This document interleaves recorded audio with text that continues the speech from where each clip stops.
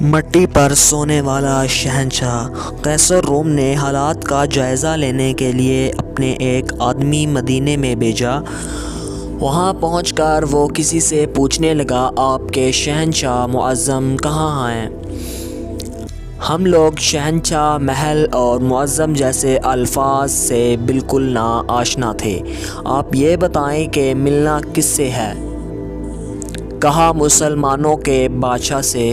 فرمایا، ہمارے ہاں بادشاہ کوئی نہیں، صرف ایک خادم ہوتا ہے جو ہمارے معاملات کا نظام کرتا ہے۔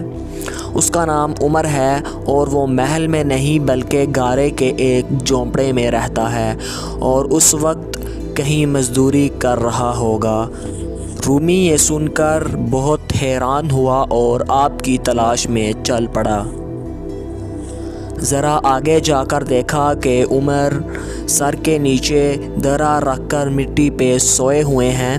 یہ دیکھ کر کہنے لگا، کیا یہ ہے عمر جس کی حیثیت سے دنیا فرما رواؤں کی نیند اڑ چکی ہے؟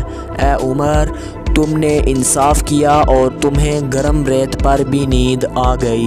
ہمارے بادشاہ ظالم اور بد دیانت ہیں، اس لیے انہیں سنگین حصاروں میں بھی نیند نہیں آتی۔